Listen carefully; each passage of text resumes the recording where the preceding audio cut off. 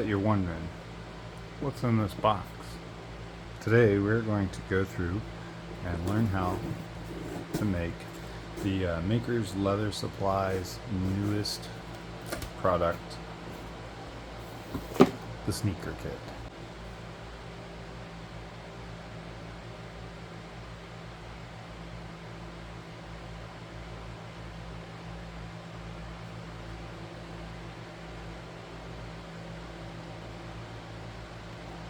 So what comes in the sneaker kit? Inside the box comes an insole and your outer rubber sole.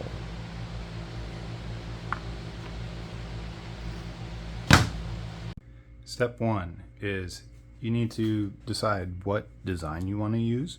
On their website through Sneaker Kit or on the website that Maker Supply has, where you can purchase these kits, they have the patterns, and they have a 3-in-1, a 2-in-1 classic, a bunch of different things. And basically you're going to print out which one that you want, and then make sure that you're printing it at 100%. They have a scale on the pattern that allows you to make sure that you've printed it at 100%. And you only have to print one because you've got your right side, and then if you flip it over, you now have your left side. So we're going to go ahead and get started. First step in your pattern is tracing the pattern onto your leather. And for some people, they may want to trace out the main body part and the tongue and then stitch it all together and be done. I chose to go a little bit different route. I've added padding inside the tongue area, padding along here around the ankle area, a heel counter inside here to make it a little bit more stiff and rigid, so it doesn't flop over, and some toe puff here in the toe area and also on the sides here to just give it a little bit more rigidity. And then I also lined it on the inside with some black lambskin. You can transfer your pattern to the leather however you would like. Some people like to use silver marking pens, some people like to use their scratch-alls to do that. It's totally fine. One thing to note as you're going along is I like to mark my eyelets where the shoelaces are going to go, but I don't cut them until much later. I do that simply because I want to be able to line things up with the extra pieces that I've created. So if you're just doing the pattern and not doing anything fancy like I did, then you are totally fine to cut them out at this point. So you go through and you get your pattern traced, making sure you've got everything the way that you want it. And there we go. So from here, I have to go in, and I'm just using my awl and go in, and you want to punch all the little tiny holes. These tiny holes are the stitch holes that line up pretty perfectly with the sole itself. So we go through and punch all these little tiny holes. Believe it or not, there's not that many. And it goes pretty quick, even when you're hand sewing this on. There are a couple of things that we'll go over later that will probably help you as we go along. You'll do the exact same thing for your tongue. Make sure, depending on what shoe you're making, if you're making both of them at the same time or one at a time, make sure you've got a right and a left. So flip that bad boy over.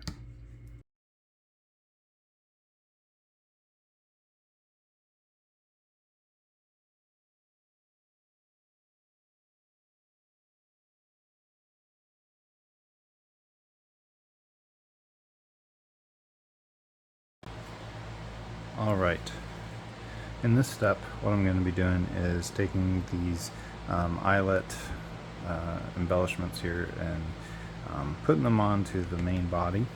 And earlier I had talked about not worrying about punching your holes here, because if you do that, then when you go to put this on, if it's a little off from those little tiny holes, which you can even see they're slightly off, it's okay. I'm more concerned about making sure that this edge here is clean and this edge back here are together. If it's not perfect at the top, I'm just going to come back later and sand that and make it all beveled and that kind of thing. So for the next part, all I'm going to do is kind of lightly trace with my silver marking pen where this is going to stop. Just a couple of spots. And this is what area I'm going to rough up. And I'll do that on both sides. And then we're going to add some more glue. Both sides, here and here. To rough this area up, some people use a fancy roughing tool, and that does just fine. You're just roughing up the surface so that when you put the glue on there, it will adhere really well. If you don't have one of these, that's okay.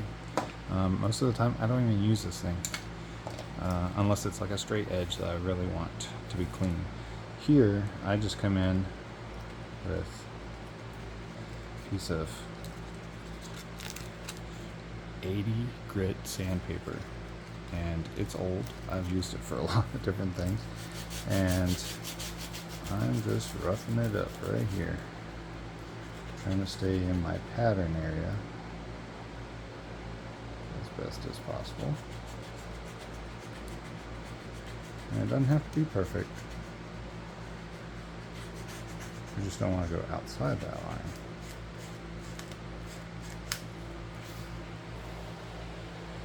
And come back with this guy. You can see that we're going to be just fine. And that will get glued on right there. Alright, once we get them in place, sometimes you have to use one of these little rubber eraser things to get the excess glue off. I'm just going in against the edges here and on the top. Alright, now we're just going to go in and bevel these edges, clean it up a little bit, make it a little bit more comfortable, and then come back and clean them up.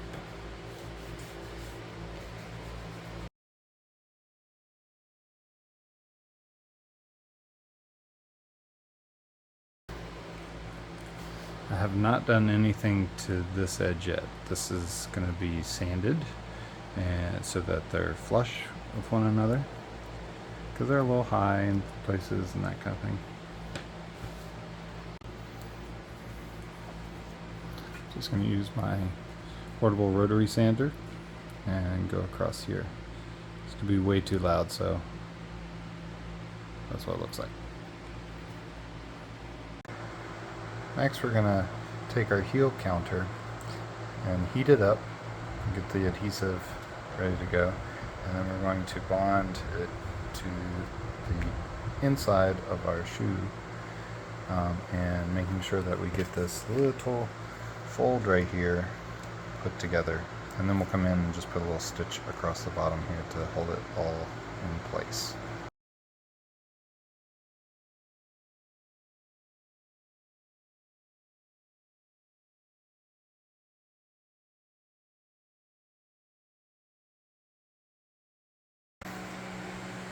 Add a little bit of contact cement to the foam and to this under heel counter area. It's right around the ankle.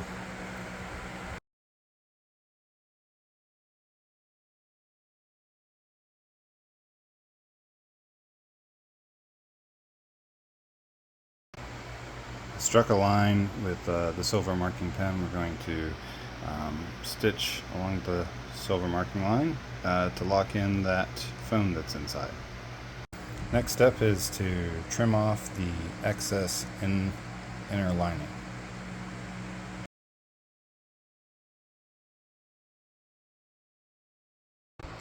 Now we're going to glue the tongue to the lambskin lining, and then we will stitch it around the perimeter.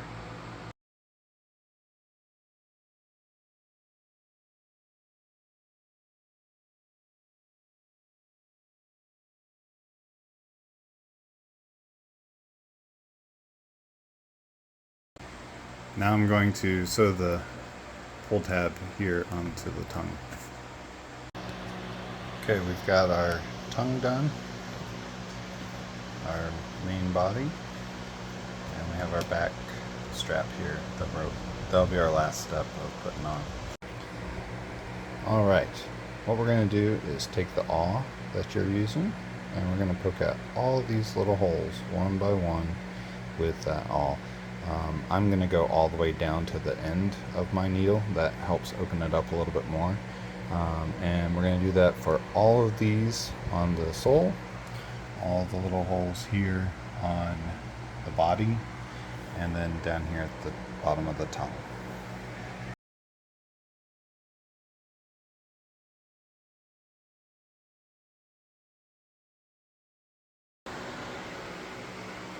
Alright, we're getting ready to stitch on our sole to our shoe parts here. And so I'm going to use this, and I'm going to go around the sole 4 times. The directions say 3.5, but I'm going to do it for 4 because I also want to be able to stitch on my loop here on the back and the 2 parts that they talk about stitching here. So one here and one on the other side. So now we're going to hand stitch this onto the sole, and down here in the bottom is a little arrow, and you're going to line that arrow up with the notch that you have right here. This is the most tedious part, I think, of this build, is doing the stitching. We're actually going to start at that little arrow, go forward to stitch, and go up another one, and then we're going to keep skipping every other one as we go along. And then when we get up here to the second row, we're going to come down into here, go back up around the toe. That's the hardest part.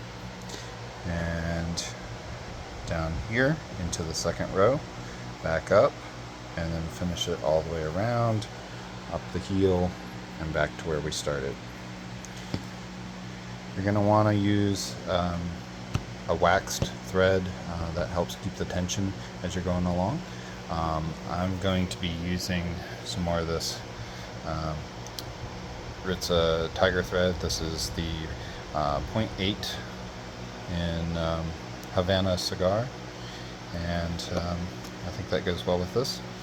And yeah, we're going to get started. So as you're stitching, when you first start, you're going to have 2 here side by side, and that's okay. But as you get going along, on both the inside and the outside, you're going to be skipping one.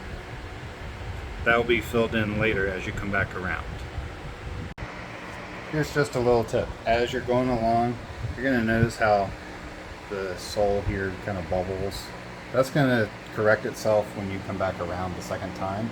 But if you keep your tension consistent as you go, it's super helpful. One thing I like to do is don't pull this way, because you're only going to tighten like the first 2. Pull this way, so that way you're pulling all of these taut in one direction. Okay, you can see this bottom row here of stitches. That's like the second most difficult part. So it's really important that when you go to put your holes in, they recommend like using a rotary hole punch like this. I think that's a little bit too big of a hole on most punches. Maybe yours is slightly different than mine, but I find that if I just use the needle of my awl and go all the way down to the end of it, down here, that allows it to make a hole large enough, but also gives it a little bit of tension when the thread goes in there to kind of hold its place. So now I'm in the bottom part, and I'm gonna go in back here into that same hole. Anytime you're using thread like this, whether it's saddle stitching or doing this kind of concept, you want to make sure that you're not threading your thread back through the thread that's already in the hole, and that's one of the trickier things to do.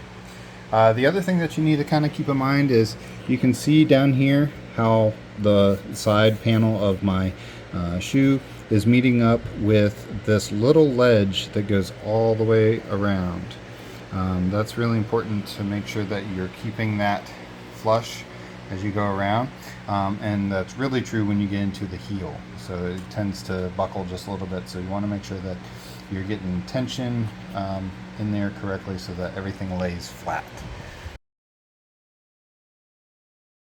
Alright, here's the next part that's a little tricky. So you want these two pieces to be side by side.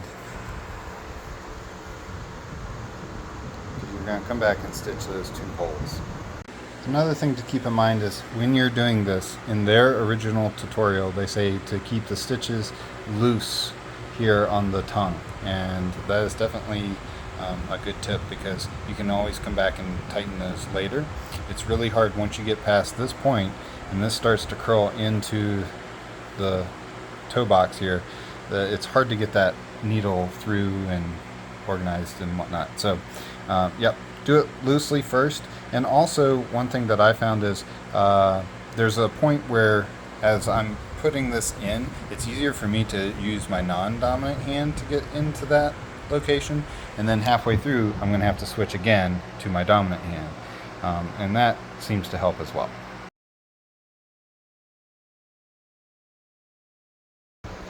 Here's where you go around 3 times to lock it in. A little knot on the inside. Since it's wax thread, you take a little lighter to it and push it down.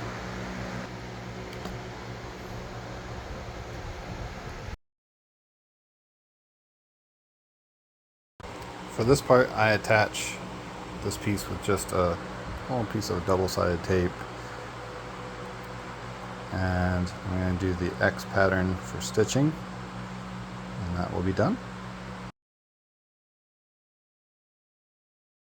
One of the last steps is adding our eyelets into it.